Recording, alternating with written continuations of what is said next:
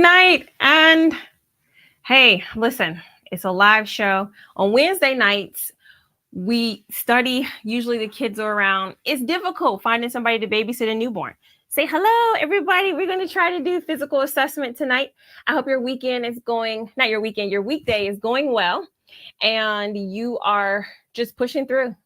Remember on Monday, we talked about just having plans, but when they don't go how we want them to go, that we just keep on pushing through. So let me know where everybody is from.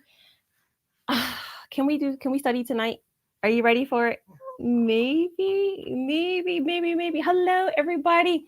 Okay, so we are doing, here, sit down here, please. You say hi to your aunties and your uncles. They asked about you sometimes.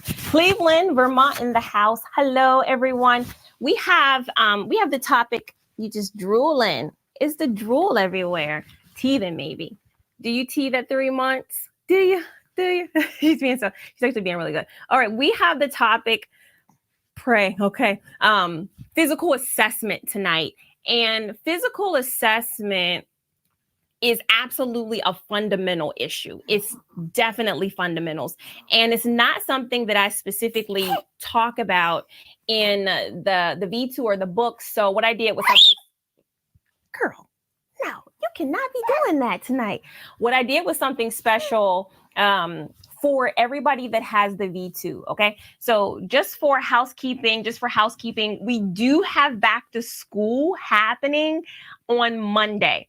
And bear with me because we're going to get that workbook out to you soon that I'll be working from. But I do want to move into the nursing school space in terms of the things that we talk about, because what happens is they show up on NCLEX.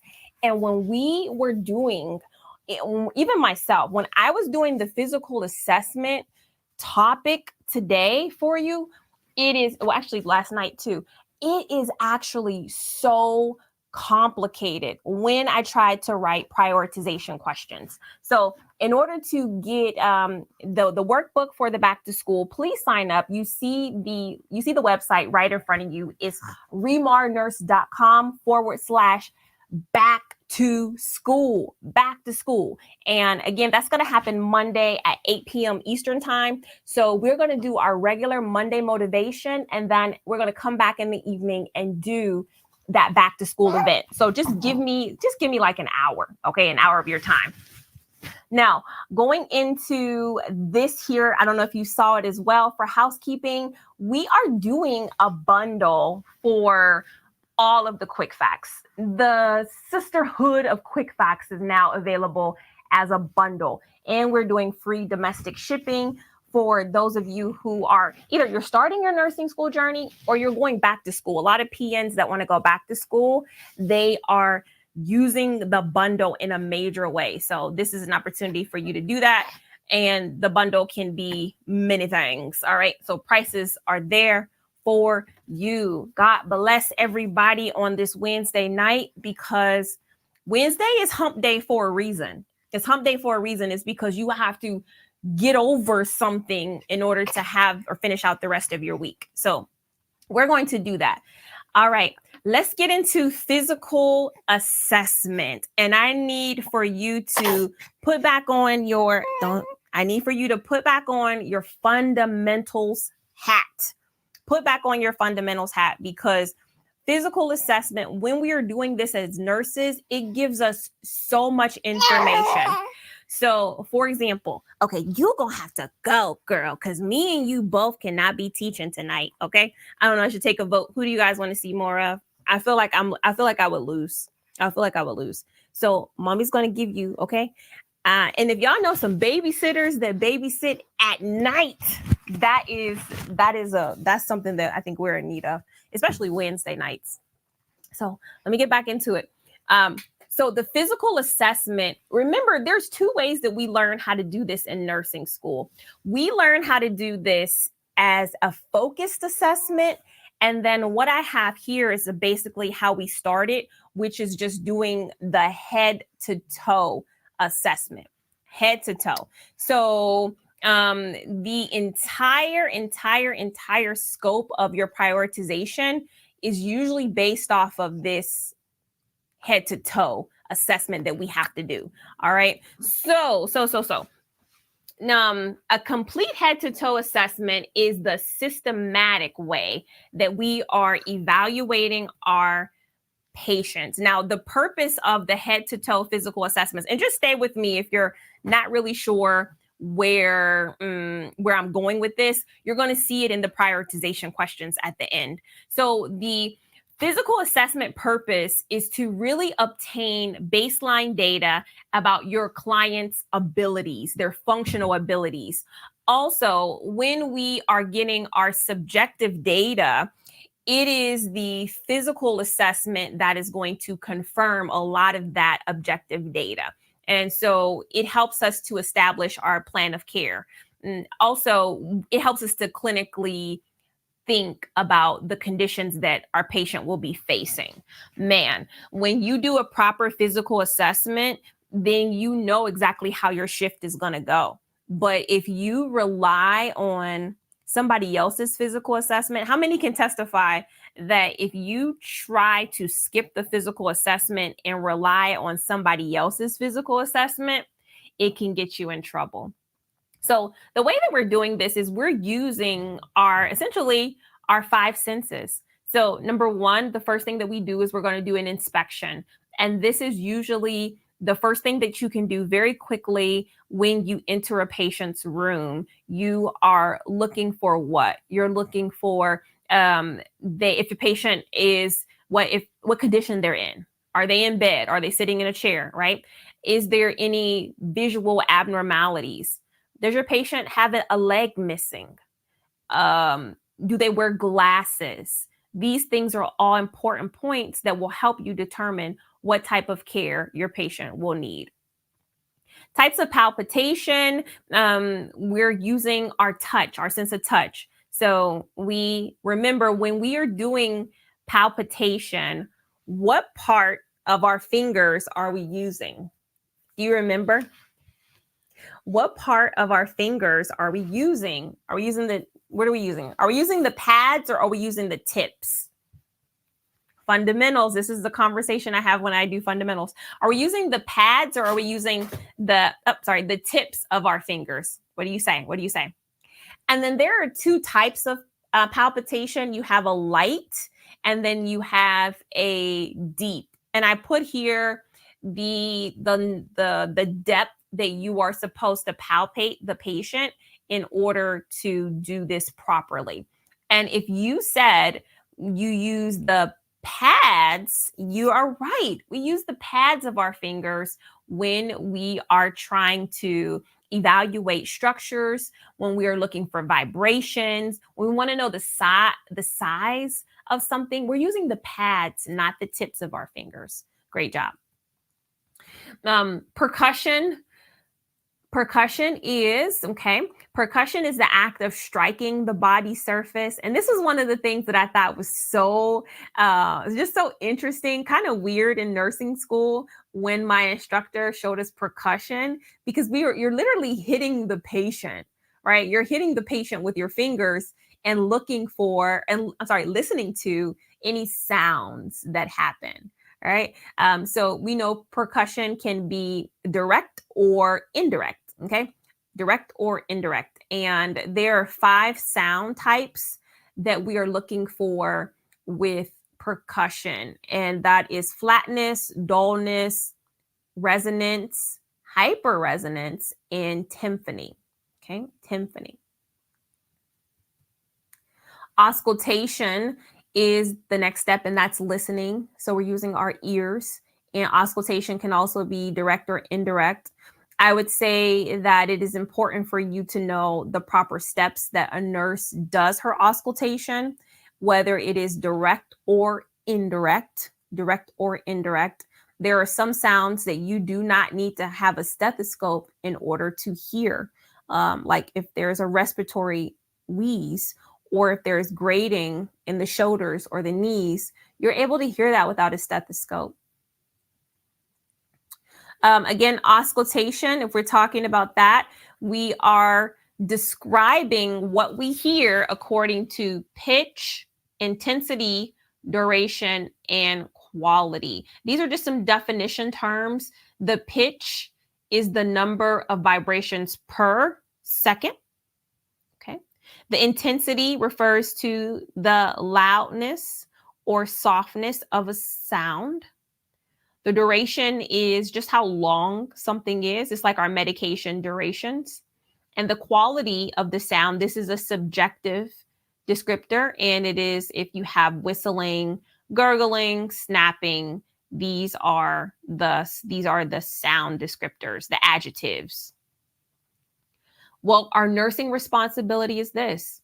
We are to explain when and where that physical assessment will take place. And we also have to always remember to explain why it is important, because ideally when a patient hears that you're about to do a physical assessment and they're inpatient, they should be slightly annoyed. Okay, because ideally every nurse that has taken care of that patient should have done their own physical assessment. And so for the patients, it's an inconvenience, but it is a necessary task for every nurse, especially, you're getting a patient for the first time, you need to do your own physical assessment. Also, washing your hands is always the first step before you do a physical assessment on NCLEX. It's not going to be gathering supplies or providing privacy. It's going to be washing your hands. Putting the patient in a comfortable position. And then also it's best if the patient uses the bathroom before you do any physical assessments, because as you are palpating the patient, you may end up pressing on their abdomen and it just makes them more comfortable. Okay, let's go on to more nursing responsibilities. Okay, so 5 through 8 is just understanding that everybody's age and body type is different. You only expose areas of the body that need to be examined for modesty. Also, big on next gen NCLEX, cannot stress it enough, cultural competence. So for the NCLEX exam, if you're given the religion or the race of any patient, it is for a reason. Matter of fact, if you see a race of a patient, you need to stop and think to yourself, why are they putting that this patient is Asian? Why are they putting that this patient is Hispanic? Because we're not supposed to use those descriptors anymore unless it directly pertains to the answer. So if you see religion, if this patient is Buddhist or Jehovah's Witness, just stop, okay? And then reevaluate this question under the lens of that description. Okay, so we also, of course, number 8, need to know the physiological changes that occur as a patient grows older. Okay, don't forget, I said this earlier, but the earlier in the week, I think that we have the Quick Facts for Nursing School now is on Amazon Prime. I'm just going to keep saying that. You can get it there, and it does have 1-day shipping. School has started already. If you need that book, you can get it in 1 day. All right, let's go on. I wanted to go into the V2, but I'll go into it afterwards to show you something that I did special for you. But let's go on to our NCLEX questions right now. I'm going to go through these questions really succinctly and kind of quickly, just to see if physical assessment is something you have mastered or if you need more assistance with it. Okay. All right. So first question is this. Here we go. The nurse is caring for a client who is hyperthermic. While examining the client, the nurse plans to palpate temperature of the skin by using which of the following? Okay, so we're talking about temperature. Number 1 is the fingertips of the hand. 2, the ulnar surface of the hand. 3, the dorsal surface of the hand. Or 4, the palmar surface of the hand. Remember, we are always looking for that correct answer. We want to be safe nurses. Definitely need to know how to do this physical assessment. It is Okay, I'm liking what I'm seeing. I'm actually liking what I'm seeing on this Wednesday night. So the correct answer is going to be number 3. If you pick number 3, you got that right, okay? The dorsal surface of the hand is the highest concentration of thermal receptors. So if you want to know heat, the back of the hand is going to be the best place to do heat, okay? All right, I'm moving on. How about this one? Try this one. A nurse is performing an assessment on a 72-year-old female client admitted with confusion and a history of hypertension and diabetes. During the assessment, the nurse notes that the client has dry mucous membranes, poor skin turgor, and a blood pressure of 90/60. Which assessment should the nurse prioritize next? Number 1, assess the blood pressure for orthostatic hypotension. 2, check the blood glucose level. 3, assess a ECG stat. Or 4, monitor the peripheral pulses to check circulation. This is a good one. Okay. Lots of things going on here. Okay. Lots of things going on here.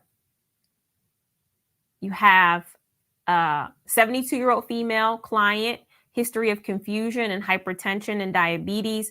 During the assessment, the nurse notes dry mucous membranes, poor skin turgor, and a blood pressure of 90/60. Which assessment should the nurse prioritize next? Put the comment on the screen that you think it is. I have all over the place answers. Okay, so I have 1s, 2s, 3s, and 4s, which we usually don't get. Correct answer here is number 2. Check the blood glucose levels of this patient. The physical assessment tells you everything you need to know about what your priority is. This patient is suggestive of hypoglycemia. Okay, so we need to check the blood glucose levels of this patient. I'm moving on. Next question is this. A nurse is assessing a 65-year-old male client who was admitted with vomiting, diarrhea, and general weakness. Vomiting, diarrhea, and general weakness. The client has a history of chronic kidney disease and is currently taking diuretics. Upon assessment, the client is lethargic. The blood pressure is 85/50. His heart rate is 110 beats per minute. Which of the following assessments should the nurse prioritize next? Number 1, assess the client's serum electrolyte levels. 2, assess the client's urine output. 3, assess the client for dehydration. Or 4, evaluate the client's mental status using a mini mental status exam. What do we do here? Okay, again, love the participation. The participation is super high today. Lots of comments on the screen. Okay, and this is what I was saying when I talked about the need for us to review some of these fundamentals, because these are the kind of questions that people, when they're taking the exam, they're convinced they're getting them right. And then when they get them wrong, they're like, what? No way. Like, how did I get it wrong? Okay, correct answer. Let me reveal it. It is going to be number 1, assess the client's serum electrolyte levels. This patient here is more than likely experiencing some electrolyte imbalances. How do I know that? Because of the physical assessment, okay? Because of the physical assessment here. Patient's vomiting, diarrhea, general weakness, and it also tells me the pharmacology of this patient. That is going to be my priority, all right? Everybody see it? Okay, I'm moving on. Question number 4 is this. A nurse is assessing a 78-year-old female client admitted for dizziness and falls. The client has a history of AFib, atrial fibrillation, and is taking warfarin. During the assessment, the nurse notes small bruises on her left arm, a pulse of 58, and a blood pressure of 130/80. The client reports feeling weak and has pale conjunctiva. Which is the priority nursing action? Number 1, check the client's INR level. 2, assess the client's hemoglobin and hematocrit. 3, perform a focused neurological assessment for signs of a stroke. Or 4, check if the warfarin is a therapeutic dose. Okay.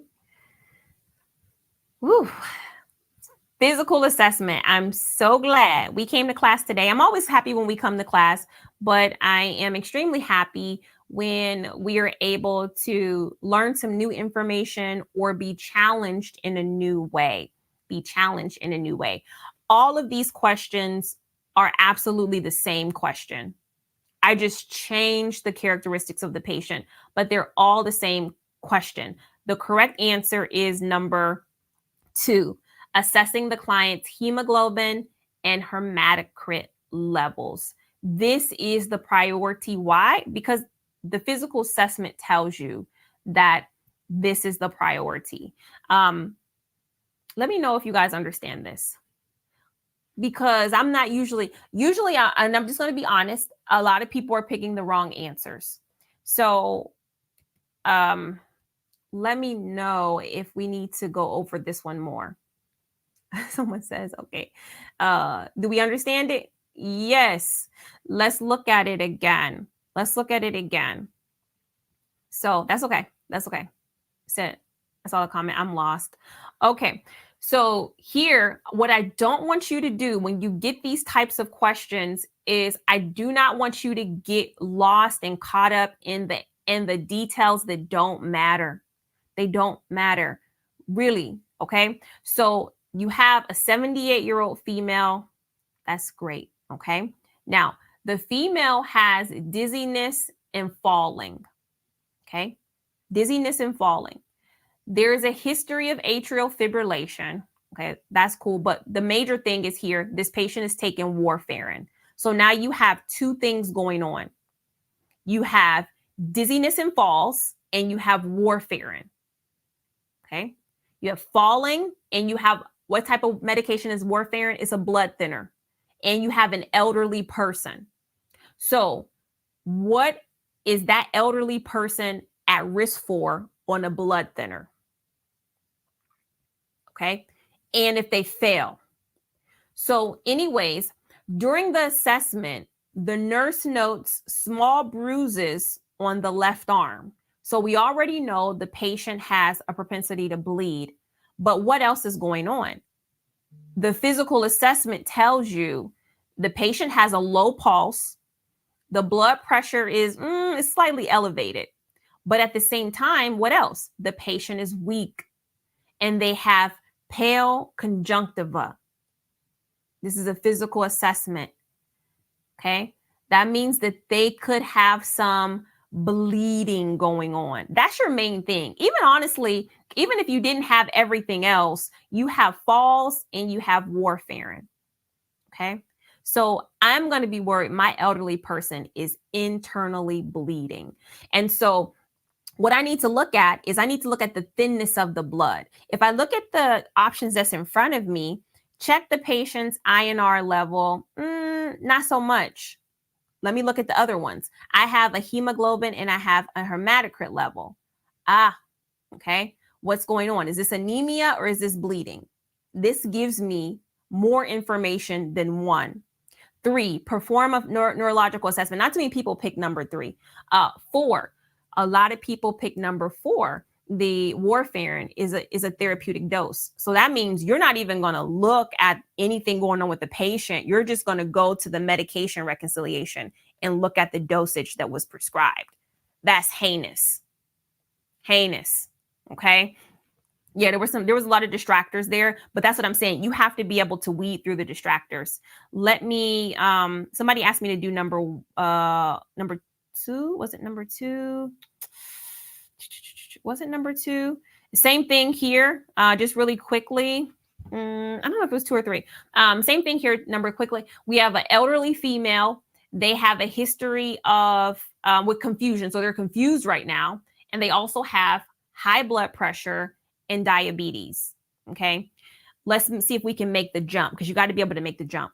So anyways, knowing they have a history of hypertension and diabetes, they're confused at this moment. During the assessment, and here is all of the ancillary stuff that really that's not as important, but it still should lead you to the same conclusion. During the assessment, the patient notes dehydration, basically, right? Dry mucous membranes, poor skin turgor, and a low blood pressure. However, we have to be able to make the correlation from diabetes to dehydration. What happens when a patient that is diabetic becomes dehydrated? Right? Their blood glucose levels do what? So if I look here in my answer choices, a lot of people picked, assess the blood pressure for orthostatic hypertension, because you just saw that low blood pressure and you forgot everything else. That low blood pressure, that's a distractor. I threw that in there. Check the blood glucose level. That's exactly what I'm going to do. Assess the ECG stat. Nope. And then monitor the peripheral pulses for circulation. Also doesn't apply here. So the correct answer would be either hyperglycemia or hypoglycemia. Probably hyperglycemia, because the patient is dehydrated. But in order for me to even get there, I got to be able to prioritize that blood glucose level. So this is very, very important for you to be able to do. So I did pause for the cause for this specific point. If you, let me see. All right. So are we clear on all of these? All right. I think I did this one too. I think this one was pretty interesting as well. But I think because the patient was taking diuretics, that was a huge indicator. That the electrolyte levels should be the priority. And so what I say is there is not a strategy besides you coming in every Monday and Wednesday and putting in the work here. There is not an overarching strategy that's going to tell you how to answer every single NCLEX question. That's not how it works. You have to be able to comprehend what you are reading and being asked to do. There's no shortcuts. You have to do the work. You have to do the work here. And so most people take physical assessment for granted as something that they know. But when you're presented like this, it's not very clear what the priority is. So we just got to keep studying. That's all. I'll say this. A lot of the things that are the groundwork are in the products, and I don't even have to tell you that anymore. A lot of the solution for the content is there. And what I did tonight, especially, let me see if I can get to it. What I did tonight, especially, is it's not here. Let me go into the V2. I actually put my notes for this specific topic in the V2. So if I can, let me show you. All right. So you guys know what? Get off of this thing. Okay, let me get this off. Sorry. How do I get out of this? Okay. So you guys know in the V2, there is the file vault here. If you go to course resources and you pick your course under new NCLEX resources, I put my physical assessment notes here because there's a lot of, let me open it. I just put it here. And usually I don't do this, but I put a lot of the extra things that you may have forgotten into a document for you to print out inside of V2. Okay, so if you don't know the difference between light palpitation and deep palpitation, I put it in there. I also put the different direct and indirect percussion, those steps for you to do that, the different sounds. I reviewed them kind of quickly, but these are the exact definitions in order for you to go over this again And just so you know it. So that's inside of the V2, right in the file vault. Don't forget the other documents that I'm putting in there too. And they're all there to help you. That's one of the benefits that I love about the V2 is that it allows me to update in real time. Prioritization on any level is a skill that a nurse does after she's had a certain bit of training. So if you're a new nursing student, or even if you're new to this study group that we have here, you will get there. Don't beat yourself up. Actually, be happy that you're having this sort of tension so that you can improve upon it and you don't go into the NCLEX exam overconfident. Just make sure that you have all of your bases covered. But this is a good step. This is a good step for us. So I do these study sessions every Monday and every Wednesday. If you have not subscribed to my YouTube channel, please do so. It is very, very important. Okay. Yeah. So, okay. I'll do a quick 5-minute question and answer for anybody that has questions. We have here, the issue I'm having is understanding how to critically think. Very common, Susan, because what you are asked to do is take a whole lot of information and be able to pick out what your priority is. And what I can say is, because I don't know you, I'm not really sure, if it's not an issue of you not having the content to support you, because I find when you know what you're supposed to know, it's easier for you to do well. But when you lack content or you lack confidence, it's going to be tough.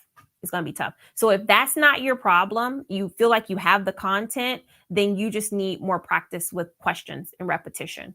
All right. And it's a muscle. You have to build it up. Yeah, I need content. Okay. V2.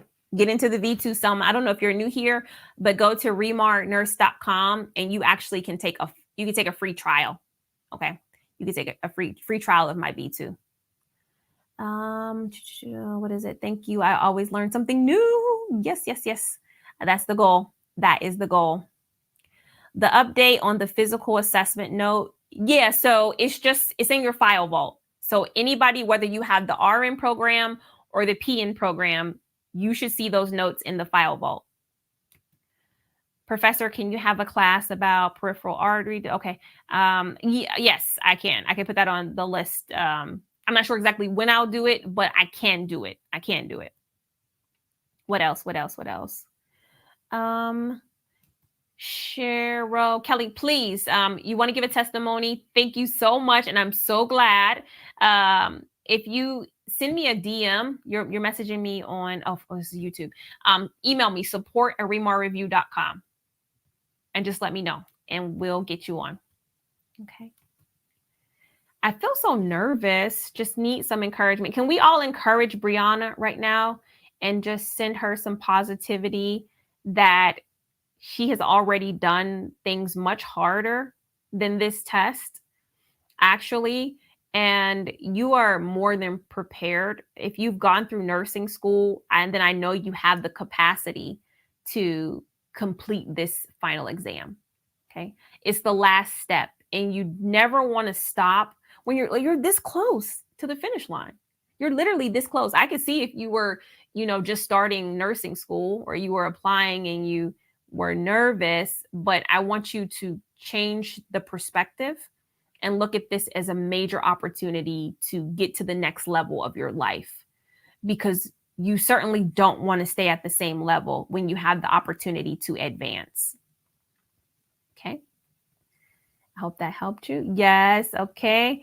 Brianna, I took the NCLEX and it shut off at 85. Okay. Well, we're just waiting then. We're just waiting. Okay. And at this point, there's nothing you can do anyways. You can't change the past.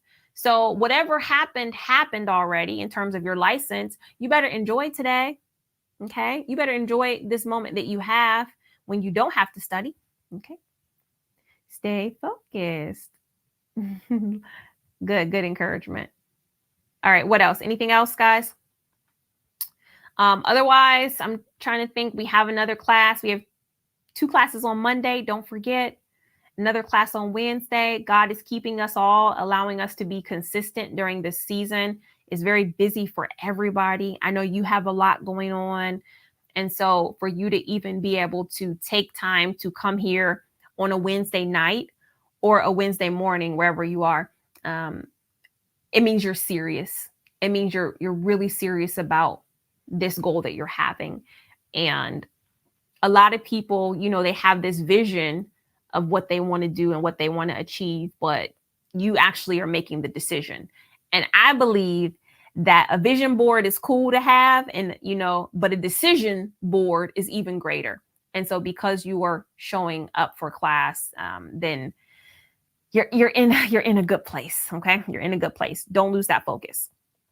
You're going to take your test on October. Okay. Remember, don't tell anybody but us your test date. Nobody else needs to know. That is one of the best keys to staying relaxed. If people ask, when are you taking NCLEX? Say, oh, in sometime in the future. I'm planning to take it. Okay. You don't have to give them no dates. Don't give them no dates. Just keep that to yourself. Okay. Has anyone ever failed at 85? Don't ask this question. Okay. But we can answer it though. Yes, people fail at 85. People fail at 85 all the time because this computer program that you are going to challenge, okay, this computer program that you're going to challenge is very sophisticated. And so it can determine very quickly at the minimum if you are prepared or not prepared. I would say get in the V2 because the CAT exam in there and the training that takes place in there is also going to challenge you. The V2 is not going to allow you to continue. Matter of fact, let me show you really quickly. The V2 is not going to allow you to continue on aimlessly through the course because, let me go inside. So I'm inside of the V2. What you'll see is you actually will have, after your lecture videos, you're actually going to have progress markers. Okay. And so you're going to do some lectures and then you're going to get to an exam that's going to say, hey, let's discuss. Okay. Let's discuss what you have already learned. And so there'll be accountability along this journey. And for most of you, if you did not study this way, if you consumed a lot of information and you didn't really check whether you understood it or not, but you just kept going, that'll be an issue. Okay, that'll be an issue. Prioritization is down here. Okay, somebody asked about prioritization. Okay, and so here's the thing. You guys see my program, and it's not very long. Okay, most people can do it 3 to 4 weeks. However, yes, that's what I'm talking about. However, the videos, like what this one, 8 minutes, 9 minutes, 6 minutes, you can do this. But what I wanted you to see is that prioritization is at the bottom of this review, meaning that it is not something that you have to learn or start with right away. Most people are not able to just consume prioritization right away. Okay, let me know if you guys want me to play a V2 video. Okay, we can pick the videos in here. Let's go back inside. Is there a video that you want to watch on tonight? We have several options. Let me see. I want to pick a shorter one though. Well, they're all short, but is there a video we want to watch tonight? No, I don't want to do priority. And the only reason why I don't want to do priority is because there is really there's a reason why the workbook and the videos go together, because there are notes in here that I already take for you to set up your understanding. So I wouldn't do priority or ECG tonight. I just would not do that one. Okay. Is it okay if you only get the videos? No, it's not okay if you only get the videos, because the workbook goes along with the videos and the question bank goes along with the videos. Okay. And you still need quick facts. Okay. Antibiotics, orthopedics. Peritoneal. All right, let's see. Antibiotics is 18 minutes. Orthopedics is one of my longest ones. It's 35 minutes. Y'all trying to have us here all night. All right. Let me see. Let me pick one. What else? You might say get both. You won't regret it. Mark, do you have any of favorites? What about psych? Anybody need psych? IV fluids? Okay. IV fluids is 10 minutes. So should we do IV fluids then? Somebody's like, yes, let's do IV fluids. Okay. Let's go IV fluids. Y'all ready? Somebody said a 36-minute video. Y'all don't have no bedtime. Okay. IV fluids, go. Let's go.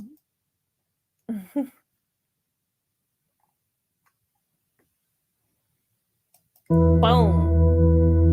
Can y'all hear this? I hope y'all can hear it. Hold on. Can y'all hear it?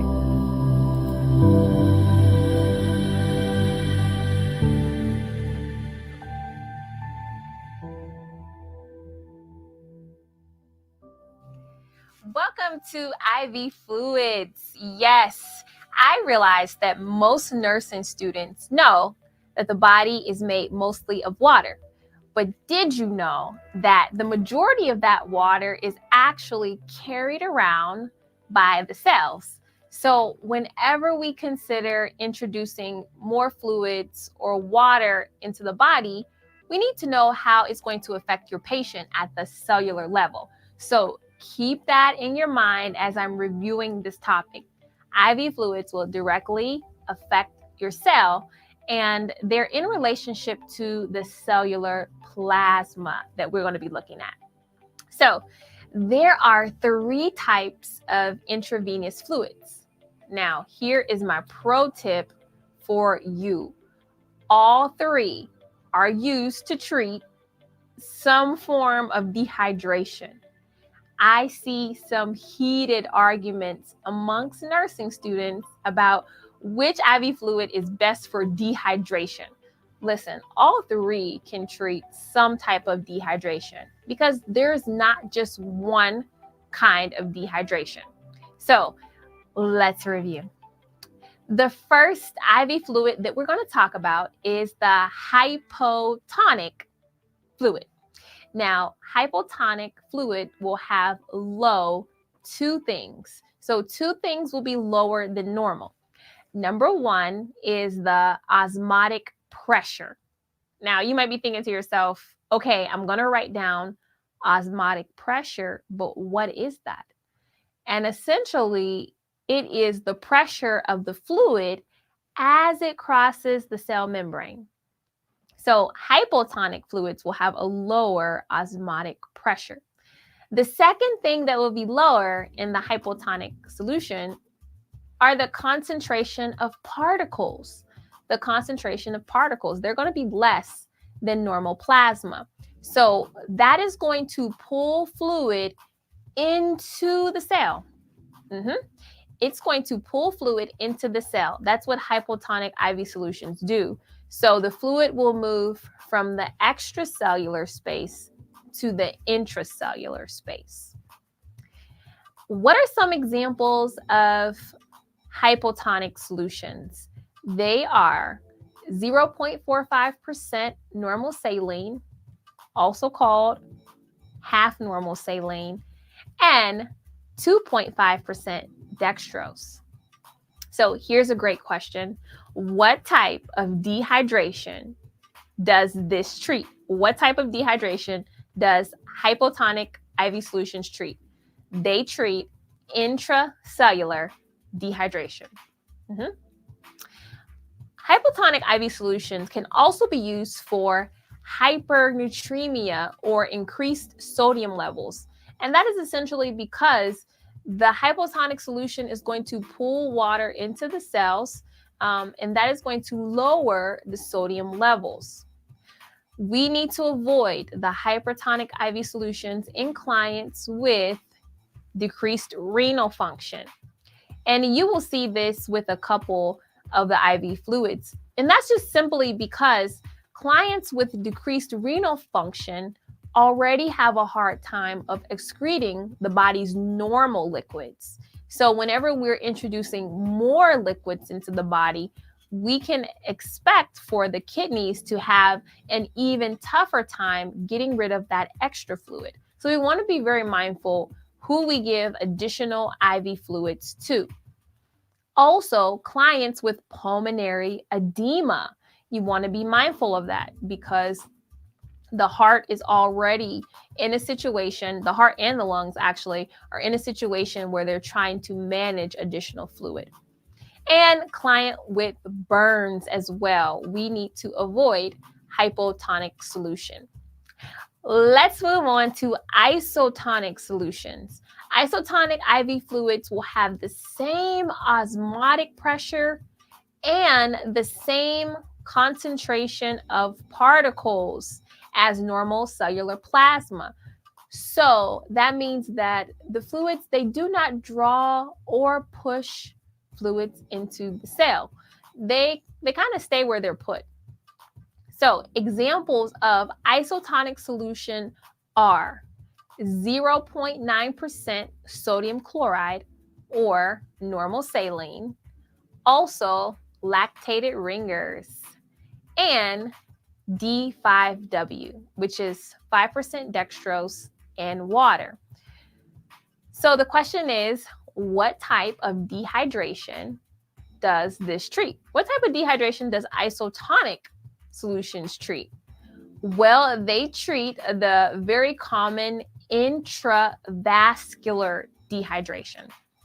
And intravascular dehydration is pretty common because it happens whenever a client has a fever or is vomiting, or even if the client has diarrhea.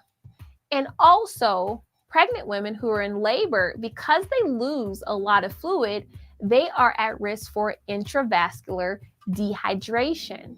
So isotonic solutions can treat many forms of intravascular dehydration.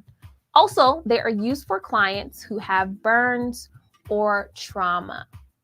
Now, we also need to note that your isotonic solution, normal saline or 0.9% sodium chloride, this is what is used for all blood transfusions. Anytime a client is getting blood, you know that the IV solution paired with that blood is an isotonic normal saline solution. We want to avoid clients with decreased renal function or cardiac disease when we are giving an isotonic IV solution. The final type of IV solution that I want you to know is your hypertonic solutions. Hypertonic IV solutions will have a higher, number one, osmotic pressure, and two, concentration of particles than your normal cellular plasma. So the hypertonic IV solution will draw fluid out of the cell and into the extracellular space. When we talk about examples of hypertonic solutions, I have them listed there for you. These are the ones that I really want you to know.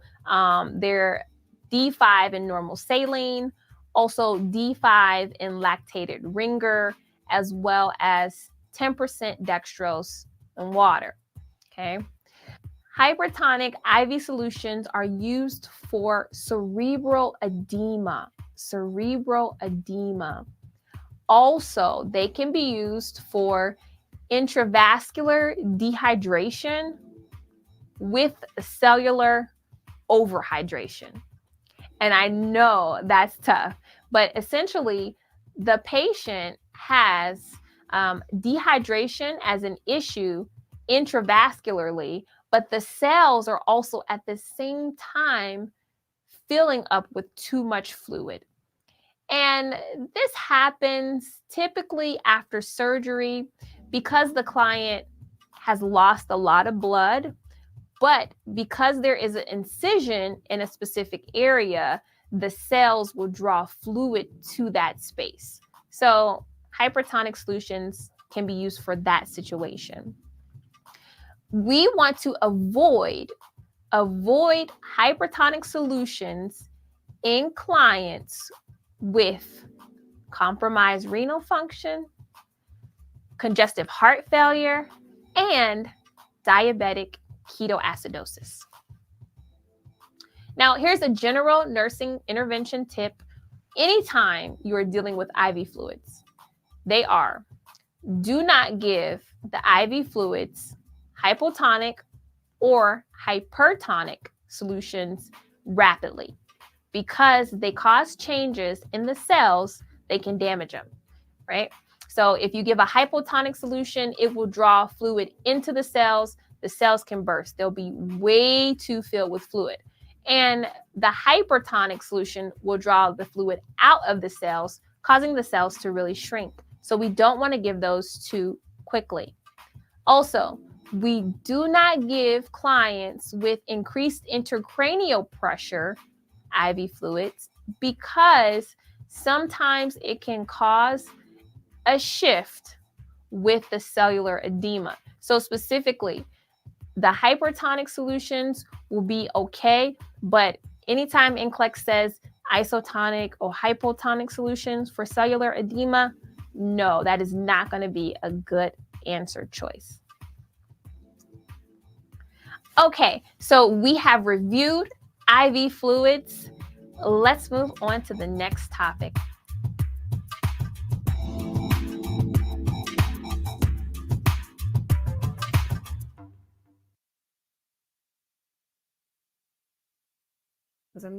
Okay, everyone. So that is what it is like to review content. Essentially, that is the process. And remember, you're not just watching those videos, you are also filling out this workbook. Okay, you're watching this and you're filling out your workbook. That's also part of you training. And you can get this entire system for under $100. That's the videos, my books, plus the lectures and the question bank. So when I say I made this program for people who did not have a lot of time, but still needed to do the work of content plus questions, that's what I meant. Like, I don't have a lot of time to study with you guys. I cherish when we do come together, but other than that, I gotta go. Okay, I gotta go. So we outlasted Sayla tonight. We finished physical assessments. We even did a question and answer series. So I would say that this was indeed a winning Wednesday. We won. But check it out. V2 is where the work is done. I love our study sessions, but the real work of passing NCLEX is done at home. So get all of my on-demand lectures, QBank plus CAT exams, physical, workbooks, helpful, and the daily study schedule so you can get in and out right now. remarnurse.com. And I will see you guys on Monday. God bless you. God bless you all. If you have any questions about the V2, because I know some people are like, well, what's the difference between this and quick facts? Because you have quick facts.